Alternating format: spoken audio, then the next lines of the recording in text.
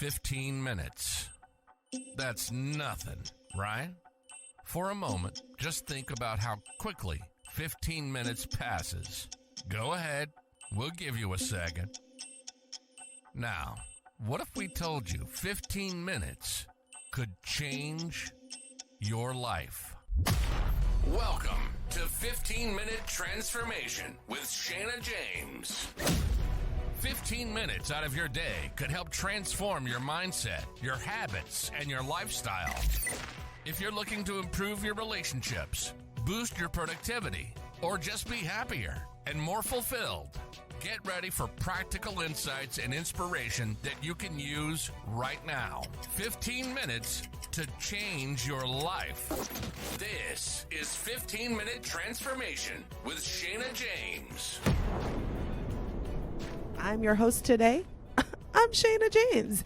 Today I'm coming to you with 15 hardcore minutes of inspiring stories that help you want to keep on aspiring to have the life of your dreams. So today we're going to be telling you some stories. Some people you may know, some people you may not. Some of the stories you may have heard about, some stories you may not have heard. But I want to share these stories with you to inspire you and talk a little bit about what we can take from these stories. So today I want to talk to you about a person who has many people know this person. They've seen them. They think of them as wildly successful, but you may not know his story. And it's Sylvester Stallone. Sylvester Stallone, before he made it, was actually a starving artist. And maybe some of you are out there like, hey, I've been trying things. Nothing is working for me. I don't see anything changes. Well, listen to Sylvester Stallone's story. For many years, during and after his college years, he would work these odd-end jobs just to pay the bills. And some of y'all know that, you drive an Uber, you got a little side hustle here or there. You may be doing DoorDash delivery, but you're doing things to try to work towards building your dreams. Maybe it's building your business. Maybe it's, paying off debt or things like that. And Sylvester Stallone was doing this, and while he was simultaneously working these odd-end jobs, he was taking on any acting role that he could find that would help him to keep his dreams of becoming an actor alive. And he was absolutely struggling. He struggled, and this went on for many, many years. In fact, for 7 years, he had these challenging experiences where he would gain a few small roles and a handful of movies, but none of them were really big enough to get his career off the ground. And many of you may feel like that, like I feel some small successes in the things that I'm trying, but I'm not really seeing it blow up like I needed to. Well, during those 7 long years of striving, he came face to face with poverty. I mean, he got so desperate for money that he actually went out and sold his wife's jewelry to be able to cover his expenses. He even had to sell his dog because he couldn't afford to keep feeding his dog. Things got so bad that he had to endure being homeless for a short period of time. But his days of struggling as an aspiring actor wouldn't last forever. And I just want to say for many of you, you've had to do some things. Like I've been through seasons in my life where, I've been trying to build a business, trying to raise my children, trying to pay for, I really want my kids to be able to go to school and be debt free when they go through school. I don't want them to come out with loans. So that means I've been working and working and working. And there'll be times when things got really rough. And I remember for me, a time was so difficult that we didn't have money, and I don't want to cook today. And I tried to go to Popeyes, and I went to Popeyes, and I was like, well, maybe I'll just use this credit card that I have. And the credit card was an American Express card. And I didn't know that Popeyes don't take American Express, y'all. I know. So we had to leave. My kids were like, we're not getting no chicken. I was like, we got to leave the chicken here. And I went home, and I was thankful that I was able to make the quesadillas. But y'all, it was a struggle, right? And so some of you may be struggling, just like Sylvester Stallone, just like I had to struggle. Well, he struggled for 7 years, and he was trying to figure things out, and he finally got this inspiration to write this script. And so in 3 days, he wrote down his inspiration, and he took, this shot. He took this inspiration to two really huge directors in Hollywood. And in that moment, he didn't know, is this going to work? This is all that I have. This is all I got. I kind of feel like he got this download, I can't say that he would say it was from God, but, I kind of feel like he got this download of here's what you can do. And God is so good that sometimes he will just download to us the blueprint or the idea. And our job is to capture it. It's to grab it. It's to hold on to it. And it's to do what he said we're supposed to do with it. So he takes this to these directors, and the directors were like, oh my gosh, they love it. And he ended up negotiating the lead role in the film. And that film is what would become to known today as the movie Rocky. It was the movie Rocky. Now, what's funny about that is Rocky has become this massive franchise. I don't know. They had like 6 episodes of Rocky and then spun off to Creed 1, 2, and 3. And so all of this massive success has come, but it started with the struggle. It started with something didn't seem like it was going to work out. Success eventually comes to those who always keep dreaming and striving for it. So, what's interesting is Sylvester Stallone said this. He said, success is usually the culmination of controlling failures. In other words, it's like constantly failing can bring us success. If you're listening today and you're like, I've failed a lot, I've messed up a lot, then I want you to know you're literally just one failure away from achieving your goals. You're really one failure away from getting there. We learn so much from our failures. We learn so much from the times when we don't have it all together. And the reason why I wanted to tell this story about Sylvester Stallone today is because I really believe that for many of us, we quit too early. Like I think, and I'm gonna tell you myself, I quit early. There's some things that I tried and then I just like, this ain't working. I quit too early. And I remember, I had this coach and I was talking to him because I was like, I'm trying this with my business and it's not growing and it's not working and I'm doing everything I know how to do.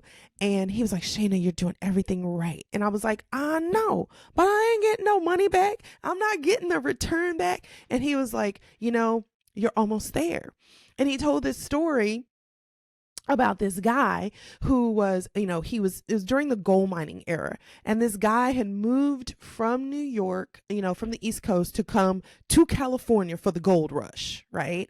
And this is like in the 1840s. And so he sold everything he had. He got his money. He came and he bought a plot of land. He's like, I'm going to learn how to gold rush. And so he's like, he got some like dust a little bit, like he'd kind of found a little something, no major success, but just enough to keep him hoping. Sometimes I feel like we just get just enough to keep us on the line, to keep hoping and dreaming that things will happen, but we're still not experiencing that full success.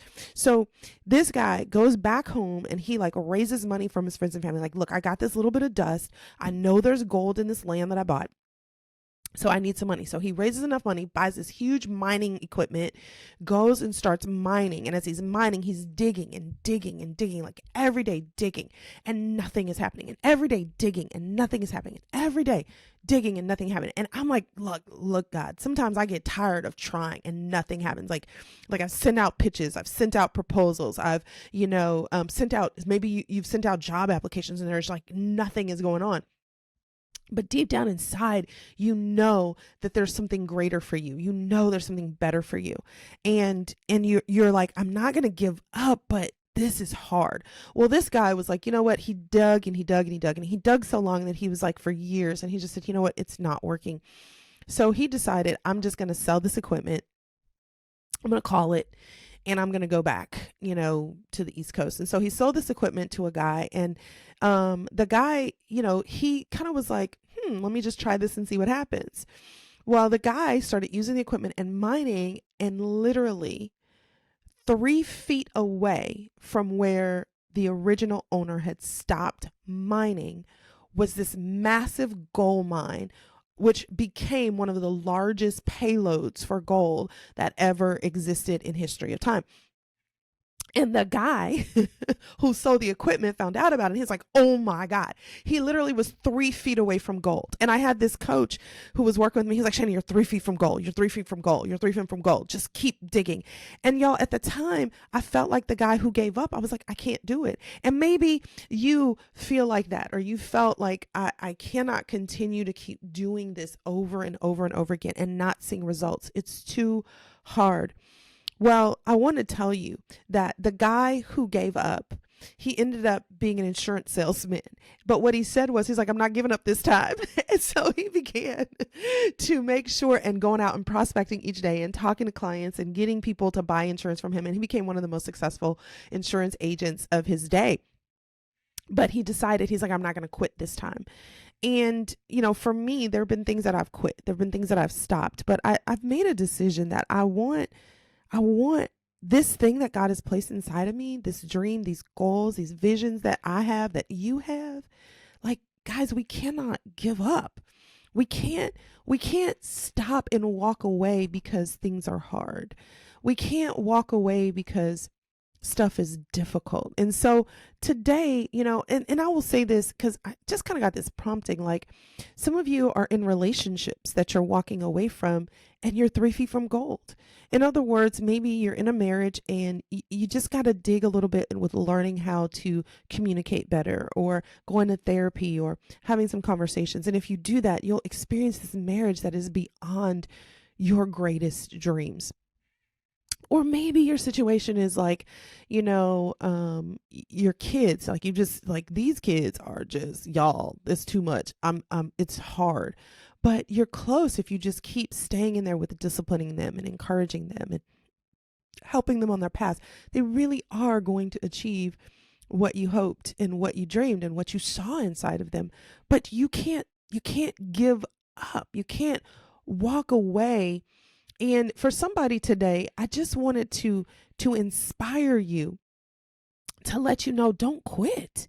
Don't quit. You know, just God may be releasing something inside of you that is going to radically transform the entire world, but you can't stop.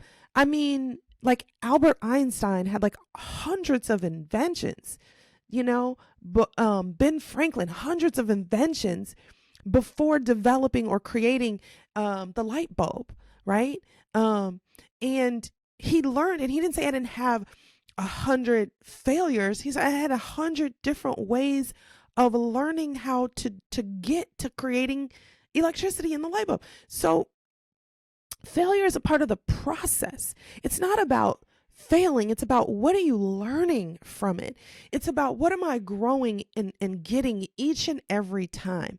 Every time I try something, if it doesn't turn out the way that I want, how can I tweak it? How can I get better at it? And what I was doing was I was abandoning the ideas. I was abandoning, you know, in my business, I was abandoning the thoughts of it to try something new, instead of saying, how do I take what I've got, tweak it, learn how to make it better each and every time, so that I can produce a product that people are willing to purchase and buy. And I was quitting because I wasn't getting overnight success. And for some of us, we're quitting because we're not getting the success we want. You know, we're stopping before we're ever seeing the victory that God has promised. But I will tell you this, that, you know, nobody ever said it was going to be like 2 seconds and you're going to make it work. You know, nobody ever said it wasn't going to be hard. Nobody ever said, you know, you're just going to pop your fingers and make it happen. I don't know what it is about being in this microwave generation we're in now. You know, microwave generation, you ain't even got to work for food. You literally just put it in the microwave in 30 seconds or a minute or 2 minutes later, you get hot food. And some of us got an attitude with the 2 minutes. We sitting there tapping our feet like, hurry up, microwave, I'm hungry. But in order to make a really good meal, you know, it takes time, it takes energy, it takes that, you know, you got to sit there and peel the garlic and peel the onions and chop them up. And you got to go to the grocery store and you got to, you know, slow cook the marinade to get the food to be amazing. And a lot of times we want to rush our process. And I'm just going to tell you about me. I want to rush the process But the process of failing, the process of trying, the process of making roads one day and feeling like you're going 2 steps forward and 4 steps backward is a part of the process that you need to achieve the success, to get to the goals, to get to the dreams that you have. I'm going to close this podcast with another story. I like telling stories, so today was kind of story time for you, but I'm going to close the podcast with a story you all have heard of. It's the story of the tortoise and the hare, the turtle and the rabbit. Yeah, the turtle and the rabbit. Let's put it in my terms, because tortoise and hare, I didn't know what that was. I had to think about it. The turtle and the rabbit. And y'all know the story. You know, they both set out on the race. They both started at the same time. The rabbit jolts out, and the rabbit's like, I got this. I'm going to do this. I'm about to take you. I'm taking you down. But the turtle just consistently, every day, slow moving towards its goal. The turtle went so far ahead so fast, he was like, I can take a break. I can chill. I ain't even got to do this. Sometimes we sprint so far, we work so much, we end up like, oh, we good. And then we don't do anything, and it actually sets us back. But the turtle kept going little by little by little. And eventually, at the end of the race, the turtle wins the race. Now, this is a fable, but the reality of it is true. Just a little bit every day, y'all. 15 minutes a day, a little bit every day. You may not achieve the results you want every day. It may not look like you want every day, but if you keep chugging at it and you keep working at it and you don't give up and you don't quit and you keep progressing, you will eventually reach your goals. And I believe that when you do, they'll be exceedingly and abundantly above all you could ask, think, hope, or imagine. Well, hope that was encouraging for you today. I want to say thanks for listening to 15-Minute Transformations with Shana James. You've been listening to 15-Minute Transformation with Shana James. If you take 15 minutes of your day and use it how Shana recommends, you will change your life. Shana is a certified life coach, a pastor, and a transformation expert. Real, authentic, and right to the point. We hope you've enjoyed the show. If you did, make sure to like, rate, and review. And we'll be back soon. But in the meantime, find us on Facebook and Instagram at Coach Shana. And be sure to head over to the website at powerof15minutes.com. Remember, if you do something for 15 minutes for 1 year, at the end of the year, you spent 100 hours on that task. Powerful. See you next time on 15-Minute Transformation with Shana James.